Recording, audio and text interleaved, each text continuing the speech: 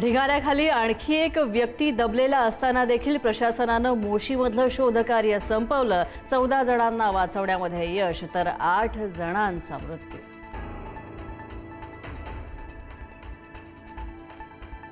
केतन अग्रवालच्या वडिलांचं राष्ट्रपती द्रौपदी मुर्मू यांना पत्र। मुलगा गेला आणि 20 दिवसात वडीलही गेले, कुटुंब उद्ध्वस्त झालं। खटला फास्ट ट्रॅक कोर्टात चालवण्याची मागणी।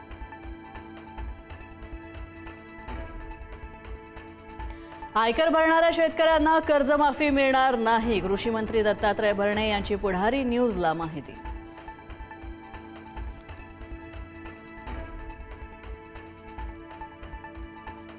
पश्चिम विदर्भामध्ये बोगस सोयाबीन बियाण्यांच्या तक्रारी वाढल्या। सोयाबीन उगवलंच नाही, शेतकऱ्यांवर दुबार पेरणीचं संकट। बोगस बियाणं विक्रीवर कृषी विभागाची कठोर कारवाई।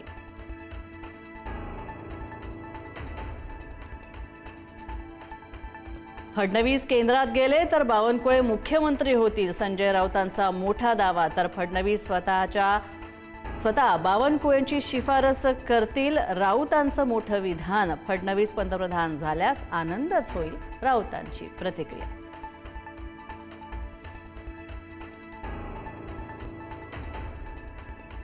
एकनाथ शिंदे पुन्हा मुख्यमंत्री होतील, आमदार बच्चू कडू यांनी व्यक्त केला विश्वास। फडणवीसांनी दिल्लीत जावं, देशाची सूत्र हाती घ्यावीत, कडूंची इच्छा।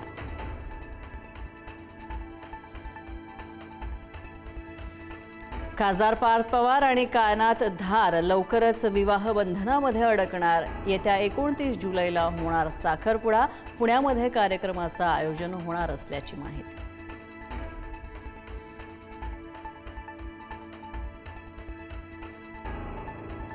पालघर महापूर नंतर आता देवीपाड्यासह अनेक गावांमधील पूरग्रस्तांच्या मदतीसाठी काहीच उपाययोजना नाही। पूरग्रस्त मदतीच्या प्रतीक्षेमध्ये देवीपाडा, तरडेपाडा, देवशेत आणि झांजरोळी तसंच मंडळपाडा या गावांमध्ये पुराच्या पाण्यामुळे मोठं नुकसान। कुटुंबांना घरचा छतावर रात्र काढावी लागली।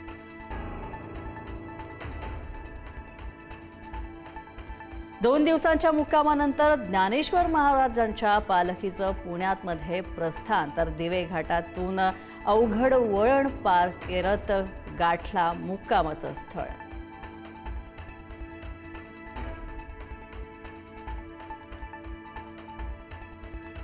एटीएसचे राज्यभरात 150हून जास्त ठिकाणी छापेमारी। तर पाकिस्तान स्थित शहजाद भट्टीच्या कथित नेटवर्कच्या विरोधात कारवाई। 175 संशयितांची चौकशी करण्यात आली सुरू, अनेकांना घेतलं ताब्यात।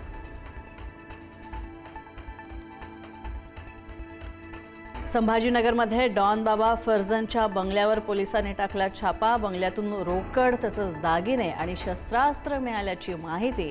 डॉन फर्जनच्या निधनानंतर पोलिसांची बंगल्यात धाड।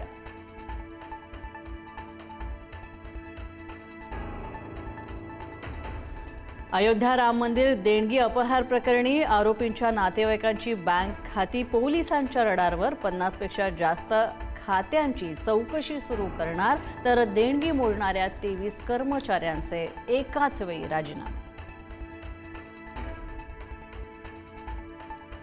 तेलंगणामध्ये पॉक्सो अंतर्गत असलेल्या आरोपीचा रक्तरंजित थरार। तर जामिनावर सुटता 6 जणांची केली निर्घृण हत्या। पीडितेसह तिची आई आणि आजीची केली हत्या। स्वतःची पत्नी आणि 2 चिमुरड्या मुलांचाही घेतला जीव।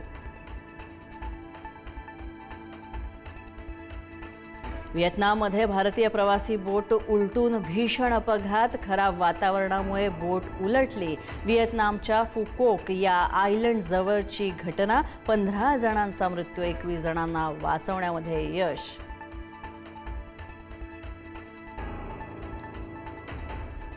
दक्षिण चीनमध्ये पुराचा हाहाकार। प्रजनन केंद्रातून 900 पेक्षा जास्त साप पिंजऱ्याबाहेर, नागरिकांना सतर्कतेचा इशारा।